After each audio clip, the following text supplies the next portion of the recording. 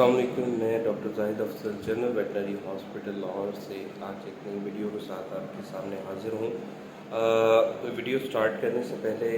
आपसे रिक्वेस्ट है कि अगर आपने चैनल को सब्सक्राइब नहीं किया तो इसको सब्सक्राइब कीजिए और वीडियोस को जितने भी पेट डोनर्स हैं उनको लाजमी शेयर किया करें ताकि वो भी जो है वो इस इंफॉर्मेशन से कुछ फ़ायदा उठा सकें।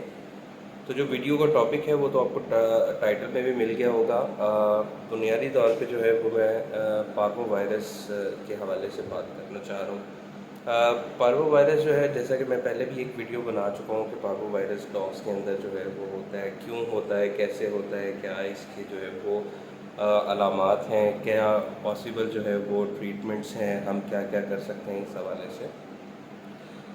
तो आज जो है वो मैं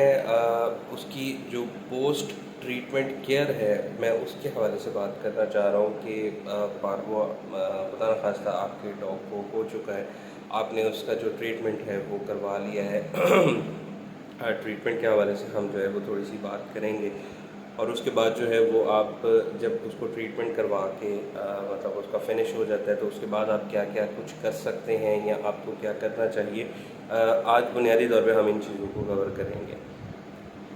बुनियादी तौर पे ये होता है कि हम जब पार्वो वायरस को ट्रीट करते हैं तो हम जो है वो NBO या NBM जो है वो करते हैं, नथिंग बाय माउथ। हम उनको जो है वो मुंह के रास्ते कुछ नहीं देते ड्यूरिंग द ट्रीटमेंट। ये भी डिपेंड करता है कंडीशन टू कंडीशन। अगर जो है वो डॉग का पार्वो जो है वो बहुत ज़्यादा सीवियर स्टेज के ऊपर है, एक्यूट स्टेज का पार्वो है, तो हम ऐसी कंडीशन के अंदर कोशिश करते हैं कि हम बाय माउथ जो है वो उसको औरल जो है वो कुछ भी ना दें। अगर वो थोड़ा सा माइल्ड सिम्टम्स के अंदर है, जैसे कि अभी सिर्फ जानवर ने खाना पीना छोड़ा है, तो हम उस सूरत में थोड़ा बहुत जो है वो उसको औरल में साथ साथ चलाते रहते हैं। जब हम औरल रूट को जो है वो ब्लॉक कर देते हैं काफ़ी अरसे के लिए, 5 डेज़ के लिए, 7 डेज़ के लिए, तो उसमें जो है वो जब अचानक से उसको हम स्टार्ट करते हैं तो उसमें कई ऐसे चांसेस मौजूद होते हैं कि वो सारी की सारी जो थेरेपी हमने की है, जो सारी की सारी हमने ट्रीटमेंट की है, वो कहीं रिवर्स ना हो जाए। ठीक है? तो अब इस हवाले से जो है वो हम दोनों कंडीशंस पे बात कर लेते हैं। अगर तो आप उसको औरल दे रहे हैं तो फिर आपकी एक रूटीन जो है वो आपके वेट ने सेट की होगी। नॉर्मली मैं जो है वो करता हूँ वो इस तरह से करता हूँ कि हम पेशेंट को जो है वो बिल्कुल थोड़ा थोड़ा सा जो है वो फूड उसको ज़बरदस्ती देने की कोशिश करते हैं ताकि उसका जो GIT है या गैस्ट्रोइंटेस्टाइनल ट्रैक है वो कम से कम डिस्टर्ब ना हो। सादा ज़ुबान में आप कहें कि जैसे हम किसी मशीन को बहुत ज़्यादा अरसा इस्तेमाल नहीं करते, 5-6 दिन पड़े हैं और वो मशीन रेगुलर चलती भी है, तो ऐसी सूरत में उसको कहीं ज़ंग ना लग जाए। तो उस फ़्लो को बरकरार रखने के लिए जो है वो हम थोड़ा थोड़ा सा जो है वो उसको फूड स्टार्ट करवाते हैं साथ में। तो जो फूड होता है वो बुनियादी तौर पे चिकन बोनलेस, चिकन की यखनी, चावल और एक उबला हुआ आलू। चावल भी उबले होने चाहिए और चावल इस तरह से उबले हुए हों कि वो बिल्कुल जिस तरह से खीर बन जाता है, दलिया बन जाता है, वो उस तरह से उबले हुए चावल हों।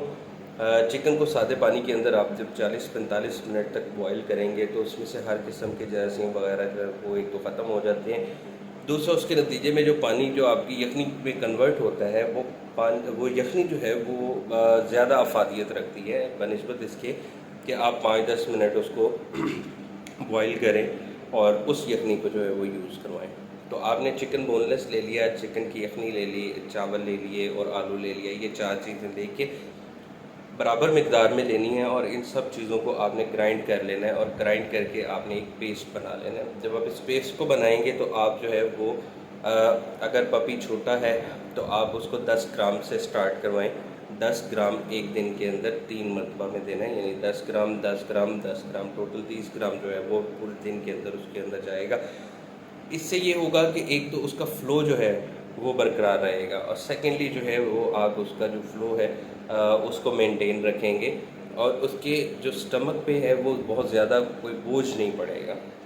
ठीक है? ये तो है जो कि आपकी एक माइल्ड सिम्पटम्स हैं पार्वो के, बहुत मामूली से सिम्पटम्स हैं। आप उस सूरत में इस चीज़ को जो है वो यूज़ करवा सकते हैं। अब आ जाते हैं हम जो एक्यूट स्टेज पे है, जिस जानवर को जो है वो हमने फ्लूइड थेरेपी पे रखा हुआ है, फ्लूइड थेरेपी यानी ड्रिप्स वगैरह पे उसको रखा हुआ है। अब उसकी ड्रिप्स चल रही हैं, साथ साथ कभी जो है वो हम ये 12 घंटे पे भी लेके जाते हैं, 12 घंटे के बाद ड्रिप लगती है, कभी 6 घंटे के ऊपर भी लगती है, 8 घंटे के ऊपर भी लगती है। ये टोटली जो है वो डिपेंड कर रहा होता है कि उसकी कंडीशन क्या है, उसके अंदर जो स्टेबिलिटी आ रही है, उसका जो मुतवाज़न होना है वो किस तरह से हो रहा है, फिर हम उस हिसाब से उसके ट्रीटमेंट को जो है वो कंटिन्यू करते हैं। उसमें जो है वो अगर तो 8-8 घंटे के बाद या 12 घंटे के बाद या 6-6 घंटे के बाद जो है वो हम अगर उसका ट्रीटमेंट कर रहे हैं, तो फिर ऐसी सूरत के अंदर जो है वो हम उसको मुंह के रास्ते कुछ नहीं देते, क्योंकि उससे उसका स्टमक जो है वो ज़रूरत से ज़्यादा डिस्टर्ब हो जाता है और हम उसको और ज़्यादा डिस्टर्ब नहीं करना चाहते। ठीक है।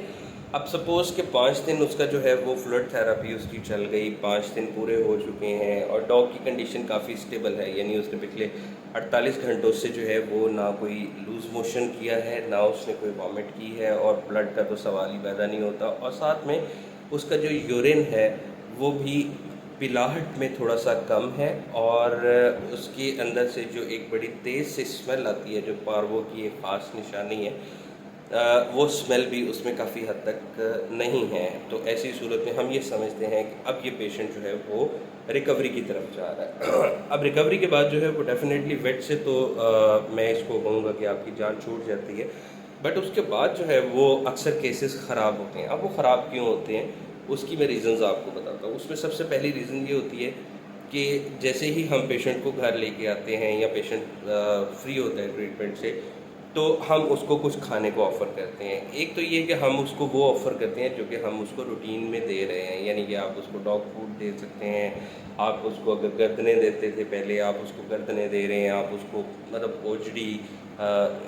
जो गुर्दे कपूरे या इस तरह की कोई भी चीज़ जो भी आप उसको इस्तेमाल करवाते थे, आप वो उसके सामने रखते हैं। अल्टीमेटली यहाँ पे एक थोड़ी सी सिंपैथेटिक वेव भी जो है वो साथ में इंक्लूड हो जाती है, यानी कि आप एक जानवर है, आपका उसके साथ जो अटैचमेंट है वो भी बहुत ज़्यादा है, और उसने पिछले 5 दिन से कुछ नहीं खाया, तो जैसे ही आप उसके सामने कुछ रखते हैं तो वो एकदम से वो उस खाने के ऊपर टूट पड़ता है। और हमें इस बात पे बड़ी खुशी होती है कि यार डॉक्टर भी बड़ा कमाल का है और सारी चीज़ें उसने बड़े परफेक्ट तरीके से की हैं। देखो हमारा जानवर जो है वो 5 दिन के बाद जो है वो कम से कम अपने आप खाना पीना स्टार्ट हुआ। अब इसी खुशी में जो है वो हम उसको जब खाना पीना ऑफ़र कर रहे होते हैं, तो वो अपने जो ज़रूरत से ज़्यादा इनटेक है उससे ज़्यादा वो खाना खा लेता है। सपोज़ हम उसको आधा किलो जो है वो खाना नॉर्मल रूटीन में देते थे, तो वो अब आधा किलो ही बल्कि आधा किलो से भी उसने 3 पाव खा लिया। अब जब वो आधा किलो से 3 पाव खाया है उसने, और एक मशीन जो है वो पिछले 5 दिन से बिल्कुल ही रेस्ट के ऊपर थी, उसको हम इस्तेमाल में ही नहीं ला रहे थे। तो जब एकदम से जो है उस मशीन को हम जो है वो हाई पावर के साथ जो है वो चलाने लग जाएंगे, तो उस मशीन ने डेफ़िनेटली ख़राब ही होना है। बड़ी सादी सी चीज़ है ये।